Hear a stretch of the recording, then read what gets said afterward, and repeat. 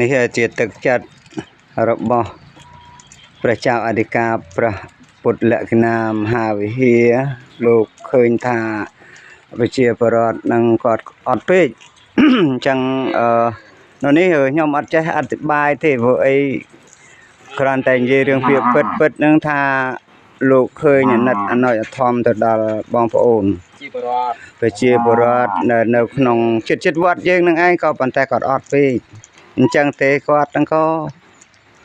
លោកក៏នឹកឃើញអញ្ចឹងតើក៏យកជ័យទានដែលបានពីពុទ្ធបរិស័ទយកមកចូលក្នុងវត្តហ្នឹងក៏ចែកជូនទៅគាត់ទទួលទានអញ្ចឹងព្រះចៅអធិការលោកអត់និមន្តមកទេបានដឹកនាំដោយលោកប្អូនសង្វណ្ណៈហៅតាហេអញ្ចឹងនឹងយកមកដល់ផ្ទះមកដល់ផ្ទះរបស់គាត់ហើយអញ្ចឹងថាមានស្អីមានបន្តិចបន្តួចមានអង្គរៀបប្រហែលជា15គីឡូហើយនឹងទឹកត្រីមួយយួរទឹកស៊ីអ៊ីវ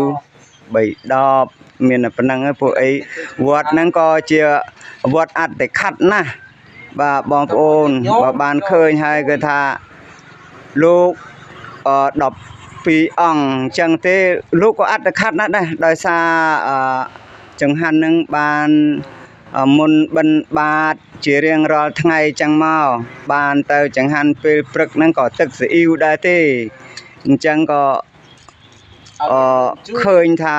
មុនទៅឃើញថាគាត់ហ្នឹងគឺអត់ជាងលោកទៅទៀតអញ្ចឹងលោកចែករំលែក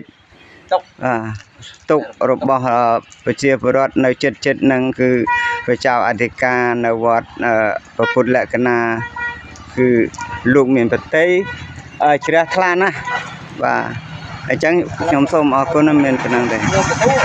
នឹងបាទ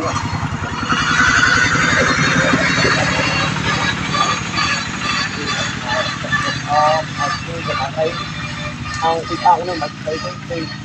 មកអ្នករករកហើយគឺស្អីដល់គឺបាច់ស្អីបរោះឲ្យកូនរៀនប្រឹងហោះមកអ្នកបីដែរទេមិន